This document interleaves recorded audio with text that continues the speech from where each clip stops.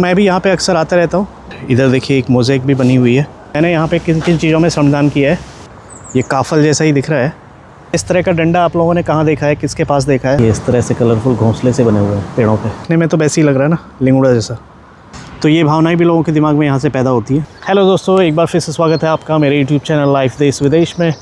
दोस्तों आज के इस ब्लॉग में मैं आप लोगों को लेके जा रहा हूँ एक ऐसे गार्डन में जिसको यहाँ पे ट्रायंगुलर गार्डन बोलते हैं हिचिन में। और इस गार्डन को बनाया है वॉलंटियर्स ने और वही इसका रख रखाव भी करते हैं, वही इसकी देखरेख भी करते हैं। और ये भी मैं आपको इस ब्लॉग में बताऊंगा कि यहाँ पे यूके में जो है वॉलंटियरिंग क्यों इतनी पॉपुलर है, क्यों इतना लोग श्रमदान करते हैं यहाँ पे। तो चलिए मैं आपको दिखाता हूँ ट्रायंगुलर गार्डन। तो दोस्तों इधर से जो उस कॉर्नर से आपको इस तरफ दिख रहा है, ये पूरा ट्रायंगुलर गार्डन का ही स्पेस है। और इसको ट्रायंगुलर गार्डन बोलते हैं क्योंकि इसका जो शेप है वो एक ट्रायंगल की तरह है। चलिए अब अंदर की तरफ चलते हैं इस गार्डन में। और इधर देखिए बहुत सारी एक्टिविटीज़ यहाँ पे होती हैं बच्चों के लिए, बड़ों के लिए। स्कूल से ग्रुप्स आते हैं यहाँ पे बच्चों के। तो दोस्तों मैं भी इस गार्डन में वॉलंटियरिंग के लिए आता हूँ और अक्सर मैं आता हूँ, बराबर आता रहता हूँ यहाँ पे श्रमदान करने के लिए काफ़ी कुछ मिल जाता है। मतलब आपको जैसे टाइडी अप करना है, क्लीन करना है, बुशेस क्लीन करनी है, प्लांटेशन है ना। तो दोस्तों होता क्या है कि जिस टाइम मैं आता हूँ यहाँ पे वॉलंटियरिंग के लिए, यहाँ पे और भी बहुत सारे वॉलंटियर्स होते हैं, लगभग 15-20 लोग होते हैं, है ना। और उस टाइम पे यहाँ पे वीडियोग्राफी जो है वो रिस्ट्रिक्टेड रहती है। आप किसी का वीडियो नहीं बना सकते, किसी वॉलंटियर का। तो मैंने सोचा जो है आज शाम के टाइम में अक्सर यहाँ पे लोग चले जाते हैं, तो मैंने सोचा ये सही टाइम है, आप लोगों को दिखाते हैं यहाँ पे ट्रायंगुलर गार्डन कैसा है और यहाँ पे क्या क्या होता है, क्या क्या उगाते हैं। और साथ ही आपको ये भी बताते हैं कि यहाँ पे यूके में वॉलंटियरिंग जो है क्यों इतनी पॉपुलर है और लोग क्यों इतना श्रमदान और क्यों इतना फ्री में काम करते हैं, है ना। तो देखिए दोस्तों यहाँ पे कितने अच्छे से सब मेंटेन किया हुआ है। और इधर देखिए एक मोज़ेक भी बनी हुई है। इधर बैठने के लिए व्यवस्था है, इधर बैठ सकते हैं। तो जब वॉलंटियरिंग के लिए आते हैं ना लोग, सब लोग यहाँ पे बैठते हैं और अपने थॉट्स शेयर करते हैं और इधर ही प्लान करते हैं कि आज क्या करेंगे। तो 2 से 3 घंटे की वॉलंटियरिंग होती है, 2 से 3 घंटे का श्रमदान होता है और फिर यहीं से लोग काम के लिए फिर निकलते हैं। ये सेब के पौधे हैं, इस पे जो है फूल खिल चुका है, अब इस पे सेब लगेंगे। और देखिए कितने अच्छे से मेंटेन किया हुआ है, सब ग्रीनरी मेंटेन की हुई है सब कुछ। और दोस्तों मज़े की बात क्या है कि ये सारा जो है श्रमदान करके बनाया है, वॉलंटियर्स ने बनाया है। इसके लिए कुछ भी ऐसा नहीं है कि किसी को पे किया है इसको बनाने के लिए, सारे वॉलंटियर्स ने अपनी इच्छा से, है ना, बनाया है। तो अब मैं दोस्तों आप लोगों को दिखाता हूँ कि मैंने यहाँ पे किन किन चीज़ों में श्रमदान किया है, कहाँ पे वॉलंटियर किया है और क्या क्या चीज़ों में मैंने हेल्प की है। एक तो इधर है दोस्तों, ये छोटा सा एक नाला बह रहा है, इस पर काफ़ी कचरा था, मतलब ये ब्लॉक हो गया था कई जगह पे, तो इसको क्लीन करवाया साथ में मिलके। और इधर कुछ प्लांटेशन किया है हमने। हाँ दोस्तों, जैसे ये एक प्लांट है, ये हमने लगाया था, ये उग के काफ़ी बड़ा हो गया अभी। तो चलिए दोस्तों अभी देखते हैं यहाँ पे क्या क्या चीज़ें उगी हुई हैं और क्या क्या यहाँ पे उगाया हुआ है। और बड़ा एक डाइवर्स सा गार्डन क्रिएट किया है ट्रायंगुलर गार्डन।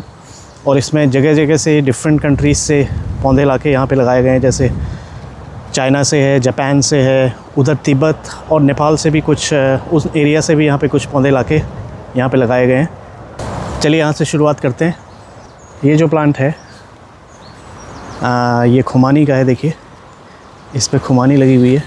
ये इंडिया में भी जो है पहाड़ों पे काफ़ी पैदा होती है। ये चेरी है, ये तो यहीं का है नेटिव।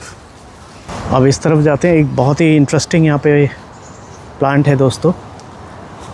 ये अगर अब मैं थोड़ा सा इसको क्लोज लेके जाऊँगा तो आप में से बहुत सारे लोग तो इसको कुछ रिलेट कर पाएंगे और मैंने भी इसको उसी से रिलेट किया था।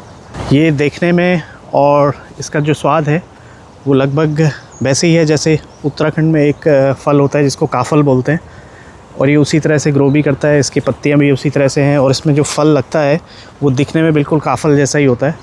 देखिए कुछ एक है भी इधर अभी लगा हुआ, देखिए अगर आप देख पा रहे हैं, ये काफल जैसा ही दिख रहा है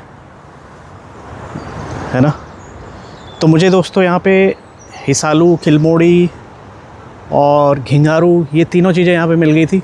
काफल नहीं मिला था, तो मुझे लगा कि थोड़ा ये काफल जैसा है, तो मेरी काफल वाली खोज भी लगभग पूरी हो गई है। तो इसे मैं थोड़ा सा रिसर्च करूँगा कि ये है क्या। देखने में तो बिल्कुल काफिल जैसा ही है, और इसके पत्ते भी देखिए, पेड़ के पत्ते जो हैं वो भी काफिल जैसी है। तो दोस्तों आप लोग ज़रूर बताइएगा अगर आप लोगों को पता है इसके बारे में, ये कौन सा फल है।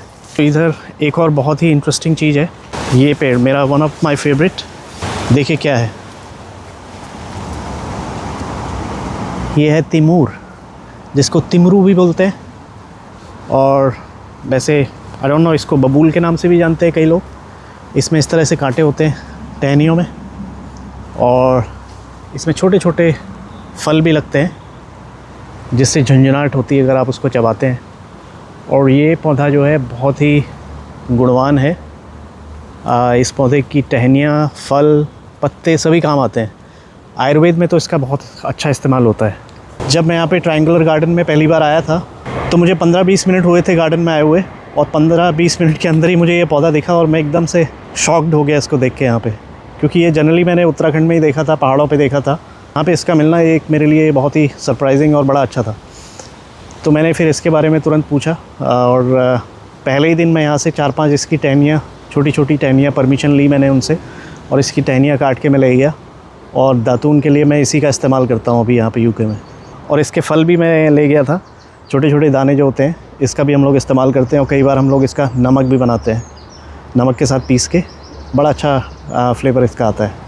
तो दोस्तों कमेंट्स में ज़रूर बताइए इस तरह का डंडा आप लोगों ने कहाँ देखा है, किसके पास देखा है। तो मैंने तो ये जो है, जो साधु महात्मा होते हैं उनके हाथ में इस तरह का डंडा देखा है, सूखा हुआ, वो लोग अपने पास में रखते हैं, और माना जाता है कि इससे काफ़ी नेगेटिविटी भी दूर होती है, इसलिए लोग इसको अपने पास में रखते हैं। और ये जो आपको पेड़ दिख रहा है दोस्तों, ये है नाशपाती का पेड़। यहाँ पे नाशपाती भी लगती है काफ़ी अच्छी।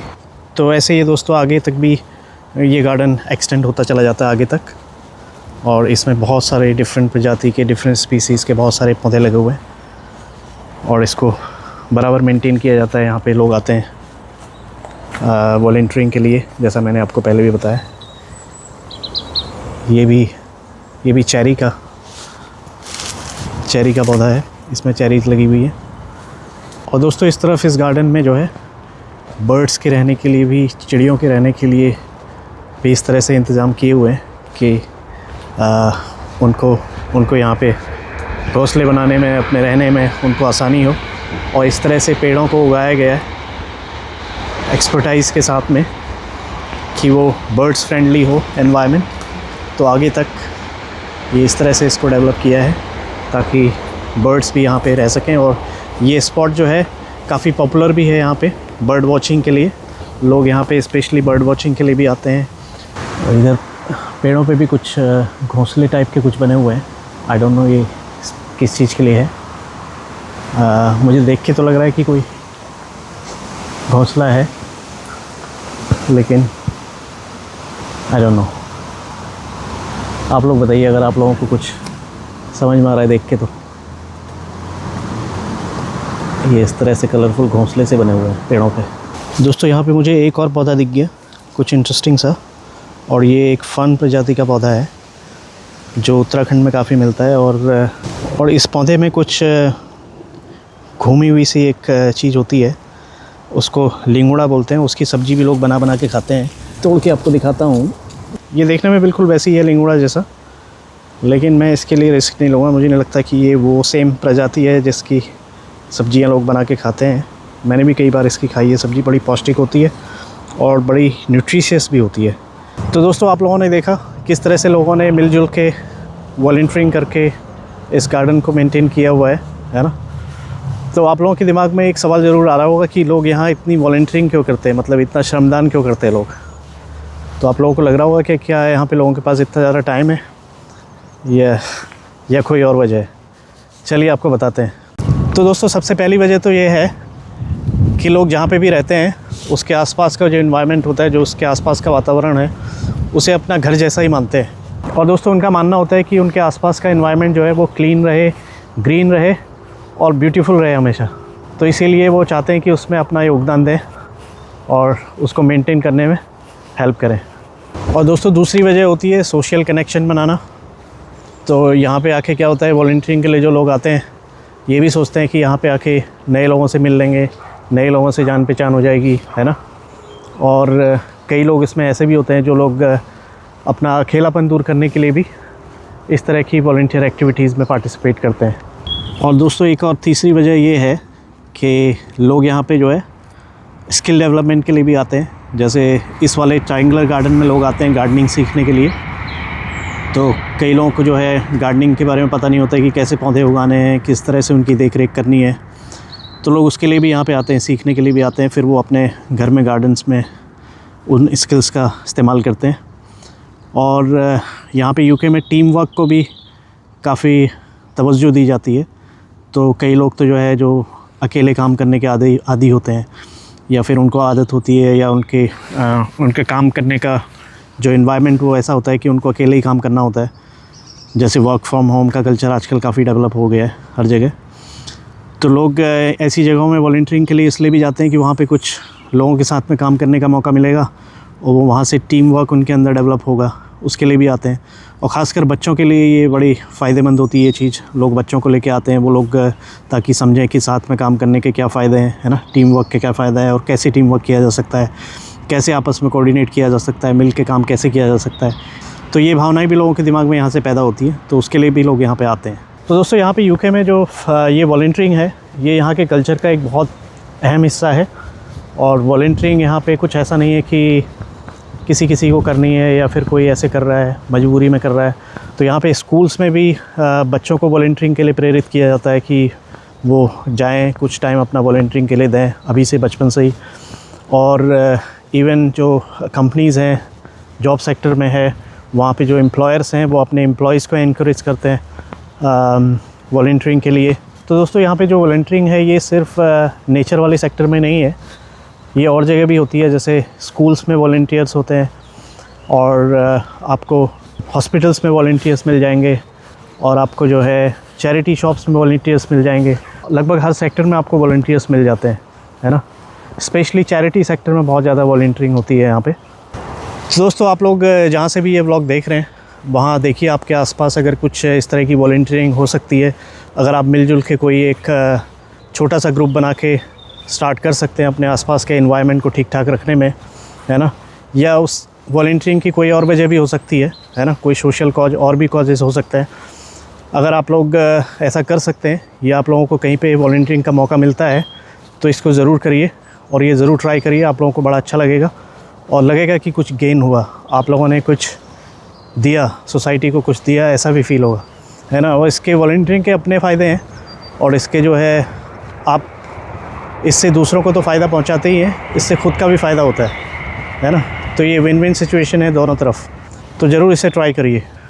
और दोस्तों अगर आप लोगों को ये व्लॉग पसंद आए तो लाइक करिए, शेयर करिए, और अगर आप लोगों ने चैनल को सब्सक्राइब नहीं किया हुआ तो प्लीज़ लाइव देश विदेश को सब्सक्राइब भी कर लीजिए। मिलते हैं फिर एक नए व्लॉग में, तब तक के लिए बाय बाय, टेक केयर।